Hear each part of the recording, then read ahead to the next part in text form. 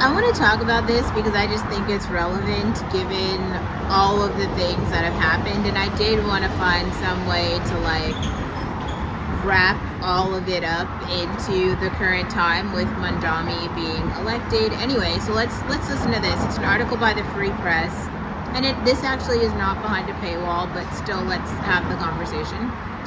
So, of course, Daddy Peter is at it again. So I didn't know that this happened, but let's talk about it. So Peter Thiel, capitalism isn't working for young people. In a now viral 2020 email, the Silicon Valley billionaire predicted the rise of socialism. Today, he tells the Free Press how he knew. Now, this is from Today by Sean Fisher. So it says, 5 years ago, young people's interest in socialism was often written off as stemming from entitlement or from a lack of knowledge as to what socialism really is. The rise of politicians like Congresswoman Alexandria Ocasio-Cortez and millennial support for candidates like Bernie Sanders was largely shrugged off, but not by Peter Thiel. Thiel, the billionaire venture capitalist behind PayPal and Palantir, is many things: a center of gravity in Silicon Valley, a boogeyman of the left, a vanguard of the counter elite, and an early backer of Vice President J.D. Vance. He's also someone who sees around bends. In 2020, he wrote a prophetic email to the prototypical millennial company Facebook, urging executives Mark Zuckerberg, Sheryl Sandberg, Nick Clegg, and others to take young people's draw toward socialism seriously. The email has since gone viral in the wake of self-proclaimed democratic socialist Zoran Mandami's victory in the New York City mayoral race. When 70% of millennials say they are pro-socialist, wrote Thiel, we need to do better than simply dismiss them by saying they are stupid or entitled or brainwashed. We should try and understand why. So what did Thiel see in 2020 that no one else did? And are millennials saddled with student debt and unable to afford housing right to turn to socialism? Are we headed for a socialist revolution? These are just some of the questions I had when we spoke on Thursday. So that was yesterday. Our conversation is below, lightly edited for length and clarity. So this starts with Sean. He says, in 2020, you wrote an email that's going hyper viral right now in the wake of Zoran Mamdani's sweep in the New York City mayoral race. What was the context and inspiration for that email? Peter, I had articulated versions of this email for a very long time. It wasn't just something that came out of the blue in 2020. When I started the Thiel Fellowship, we talked about that in the 15-17 fund. I will find those old conversations. I have more to say about that, but not right now. Where we gave people money to drop out of college in the fall of 2010. And the one broad policy point I kept hammering was this runaway student debt problem. If you graduated in 1970 with no student debt, compare that to the millennial experience. Too many people go to college, they don't learn anything, and they end up with incredibly burdensome debt. Student debt is a version of this generational conflict I've talked about for a long time. The rupture of generational compact isn't limited to student debt either. I think you can reduce 80% of culture wars to questions of economics, like a libertarian or a Marxist would, and then you could reduce maybe 80% of economic questions to questions of real estate. That's interesting. It's extremely difficult these days for young people to become homeowners if you have extremely strict zoning laws and restrictions on building more housing. It's good for the boomers whose properties keep going up in value, but it's terrible for millennials. If you proletize the young people, you shouldn't be surprised if they eventually become communist. Sean, can you speak to the idea of a generational compact? You recognize its disintegration before almost anyone else and noted that it would likely lead to a resurgence in interest in socialism. Peter, Younger generations are told that if they do the same thing as the boomers did, it will work out well for them, but society has changed quite drastically and it doesn't work in quite the same way. Housing is way more expensive. It's much harder to get a house in a place like New York or Silicon Valley or anywhere the economy is actually doing well, and there are a lot of decent jobs. People assume everything still works, but objectively it doesn't. Boomers are strangely uncurious about how the world is not working for their kids, and it's always hard to know how much bad faith there is or how bad the actors are. I think it's odd people thought it was odd that I was complaining about student debt in 2010 when even the growth in student debt was an exponential process. The national student debt was $300 billion in 2000 and it's now more than $2 trillion. At some point that breaks. Sean, exit polling after Mandami's victory shows that his voters are likely motivated by two things: high rent and student debt. His voters are largely college-educated city transplants, renters, and people under 30. Does his victory prove the thesis that you laid out in your 2020 email? Peter, I'm obviously very biased against socialism. I don't think socialism has solutions to these problems. I don't think Mandami particularly has solutions. I don't think you can socialize housing. If you just impose rent controls, then you probably have even less housing and eventually it's more expensive. It would be healthy if we had elections in which fewer people voted. I think the turnout was pretty high in New York. I think it would be healthier if people didn't care, if it didn't matter who was mayor, and if people just didn't vote. But to Mandami's credit, he at least talked about these problems. So my cop-out answer is always to say the first step is to talk about the problems, even if you don't know what to do about them. There's been a failure of, let's say, the center, left, right establishment to even talk about them. I don't know if I would say that young people are pro-socialist. I would say they are less pro-capitalist than they used to be.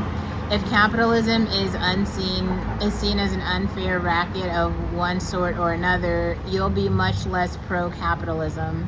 So in some relative sense, they're more socialist, even though I think it's just more capitalism doesn't work for me, or this thing called capitalism is just an excuse for people ripping you off.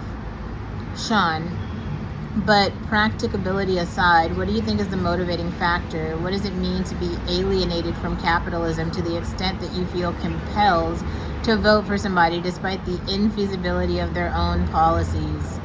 Ooh. Peter, I'm always hesitant to speak categorically about all voters, but there's a part of all of this that even if I don't like it, I find it at least understandable. It's not this weird mystery. You're not going to tinker with student debt at the margins like Biden tried to do and solve it. That won't work. And there's been all sorts of tinkering at the margins with rent control in New York, and that hasn't worked. So the idea is maybe we should look for solutions outside of the Overton window, and that includes some very left-wing economic socialist type stuff. I don't think those ideas will ultimately work, but they're more than whatever was on offer. Cuomo did not have a plan for housing. He didn't even think it was an issue. And of course, he's been in politics and government for many, many years.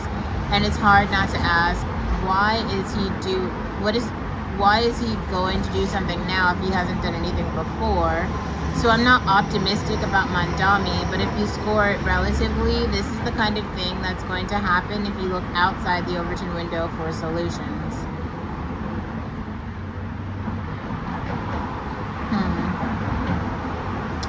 A lot of people are drawing comparisons between President Donald Trump and Mandami. Both led vibes-based campaigns, were joined by unlikely allies, and promoted policies centered on grievance. They are both hyper-charismatic.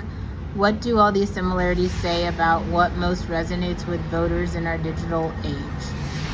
Peter, I stress the negative. It's how fake the other people are. It's just the average. I'm not sure who to pick on, Jeb Bush or whatever, where everything is just precisely choreographed in this extremely fake way, and you can't say anything charismatic. There's some kind of authenticity to Trump and Mandami.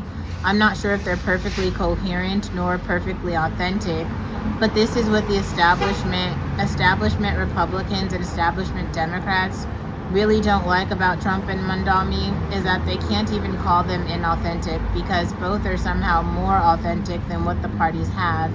If you're someone like Paul Ryan and you think Trump is fake, what does it say about you? What does it say about your lack of charisma, your lack of ability to speak to people? Sean, in 2016, Trump rose to power due to economic despair in the heartland. This week, Mandami rose to power due to socio-economic despair in Brooklyn. Is the future of politics just class warfare? I kind of think so. Something went pretty haywire in the Midwest. This is Peter. Aspects of globalization had an extremely bad, disparate impact on a lot of the Rust Belt cities in the Midwest. One of the troubling legacies of the 28 years from 1988 to 2016, from George W. Bush to Bill Clinton to George W. Bush and Barack Obama, is that people were strangely cavalier and indifferent about this. I really don't like the socialism of Mandami, but I'm not surprised. Capitalism is not working for a lot of people in New York City. It's not working for young people. I don't think his policies will work, but I'm not surprised he won. In some sense, we're in this multi-decade political bull market where politics has become more intense. People are looking to politics to solve problems. We have this relentless intensification of politics, and I would like this not to be the case. It would be healthy if we had elections in which fewer people voted. We already talked about that. But we're in a bull market of politics. It's good for your job in media, but it's not great for our society. Sean, it would be healthier if people didn't vote? Right, that's crazy. Peter says, it would be linked to a healthier society. It wouldn't matter who's president because if everything's going reasonably well, the stakes are not that high. It wouldn't feel this existential, whereas if we have less growth or the growth is very uneven and if everything feels very zero-sum, then somehow the stakes in politics get very high, and maybe it's actually really bad if your side loses an election. I just also want to point out that Peter wrote a whole book that was called 0 to 100 that is about there not being another side and there not being any, like, it's a super capitalist manifesto.